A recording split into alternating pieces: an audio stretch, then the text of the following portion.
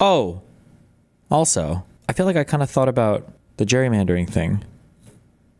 I feel like I have a fix. I feel like I have an easy fix.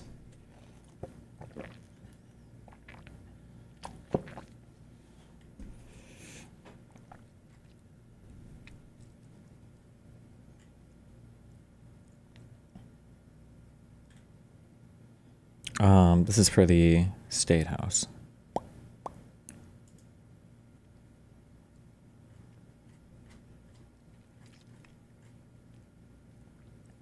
Is there an easy way? I'm trying to use Ballotpedia because it's supposed to be like the election Wikipedia thing. And you guys keep linking Wikipedia. But I feel like Wikipedia's information is sorted better sometimes. I can't advocate Ballotpedia for shit. I do not get it. Yeah, I have that problem too. Okay. So for the House elections, it was 58.4 points to 40.1 points. What if they set a rule for districting in states? Because I feel like there are very difficult questions about how to district, right? Because, like, in an ideal world, like, let's say that you have, like, a city, okay? And let's say that the city has, I mean, ordinarily, you wouldn't maybe necessarily district by city, but, like, let's say in a city, let's say we have a huge city, okay? Or maybe we can call it a state. Actually, fuck it. Let's just say we have a state, okay? Let's say in the state, let's say that we have, like, the forest sector. Let's say we have, like, the industrial sector. Let's say that we have culture sector, so like arts, entertainment, whatever the fuck else. Let's say that we have, we'll say then, and also the agricultural sector, I guess. I don't know.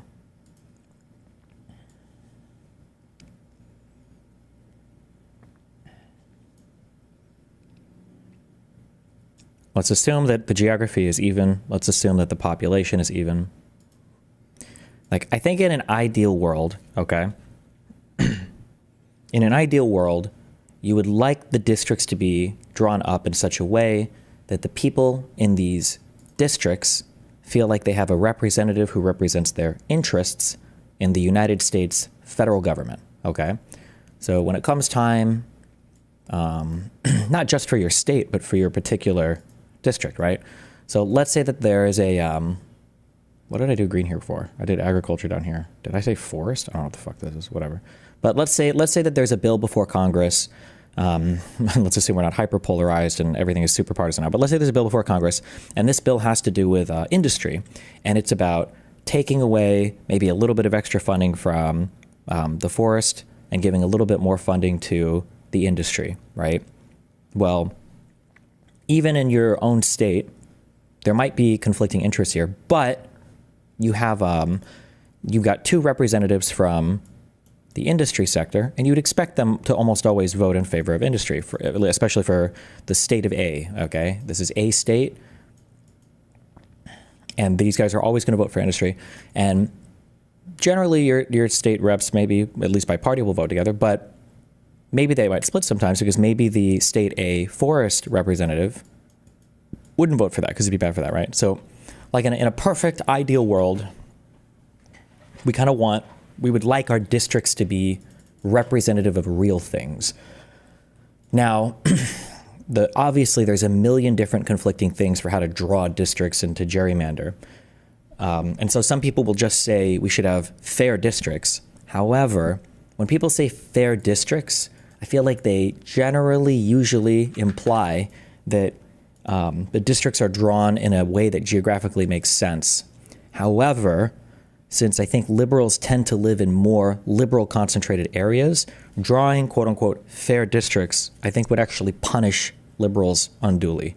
You run into this area where if the liberals all live in areas that are 80-20 liberal conservative and the conservatives all live in areas that are 60-40 conservative, you run into a weird world where you've piled so many Dems into one district that or into these districts that you're kind of like fucking yourself by drawing fair districts. So there's this huge question of like, well, how do you draw fair districts? Like, what is a fair district? How do you draw any of these at all?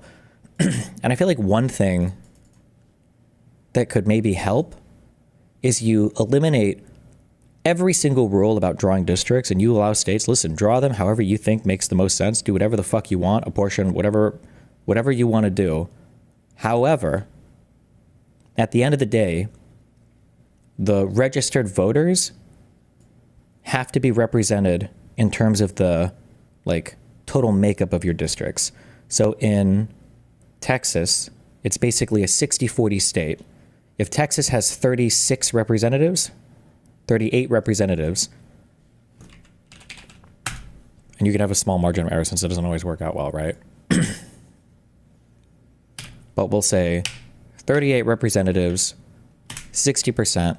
So however you draw the districts, you can draw them however you want, but there should be, at the end of the day, there should be 23 Republican seats, and then there should be 15 Democratic seats. And then as long as you like maintain that, then you can draw whatever the fuck districts you want. It doesn't matter.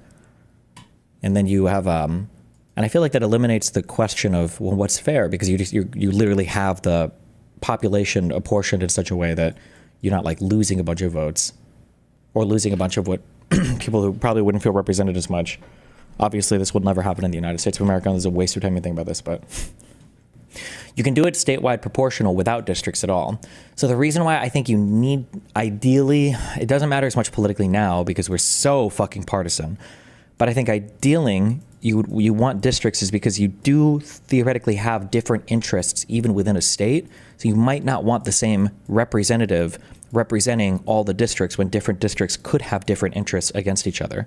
Like the interests of all the districts in a state might not necessarily always be aligned, right? So like in California, you have Silicon Valley, I imagine, has a ton of interests around technology, but there's a huge agriculture sector in California that might not have the same interests around technology. And when votes come up before Congress, there might be things that favor Silicon Valley or favor tech more than ag or favor ag more than tech, and your interests might not be aligned there. So you don't just want one giant pool of representatives voting for you. You might want different representatives that represent different areas, you know?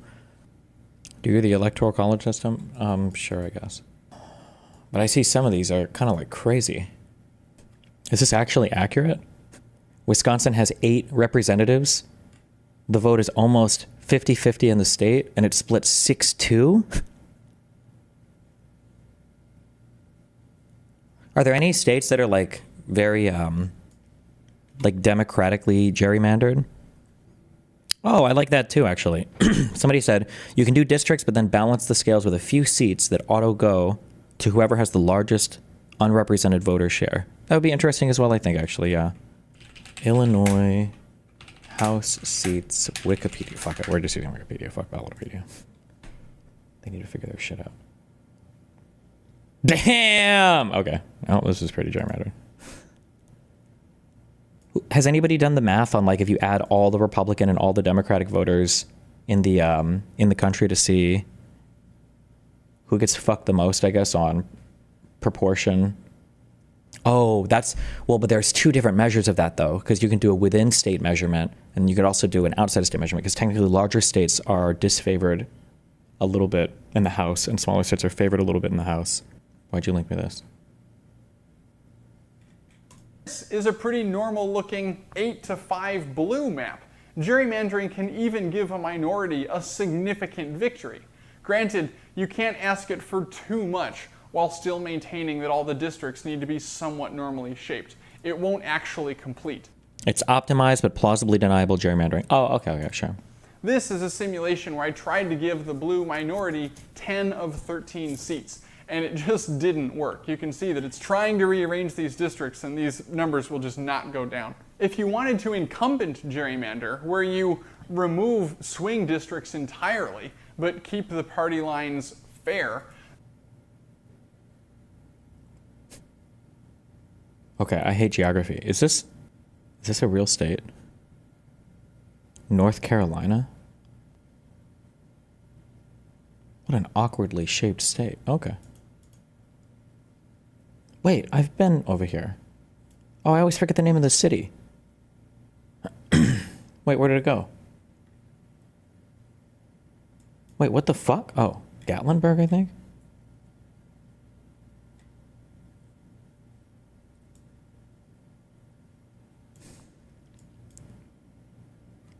Is that the name of a region? Oh, Jesus. There it is. Jesus. Fuck.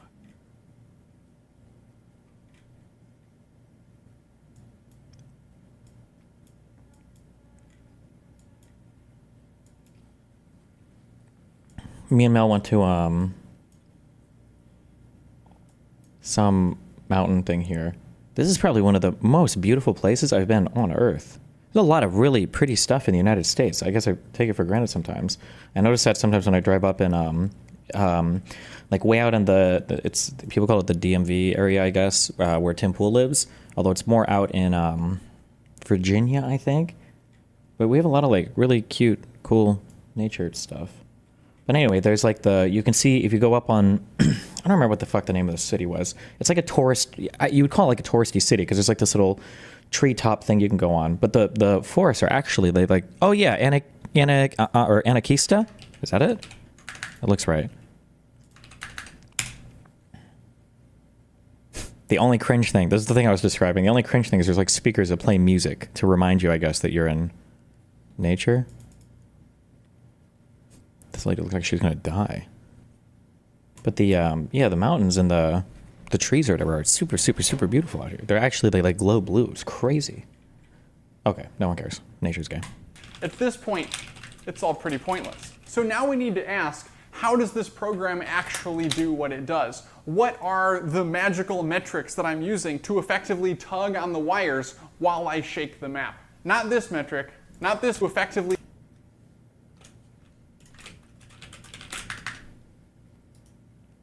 Do you think these guys could be related?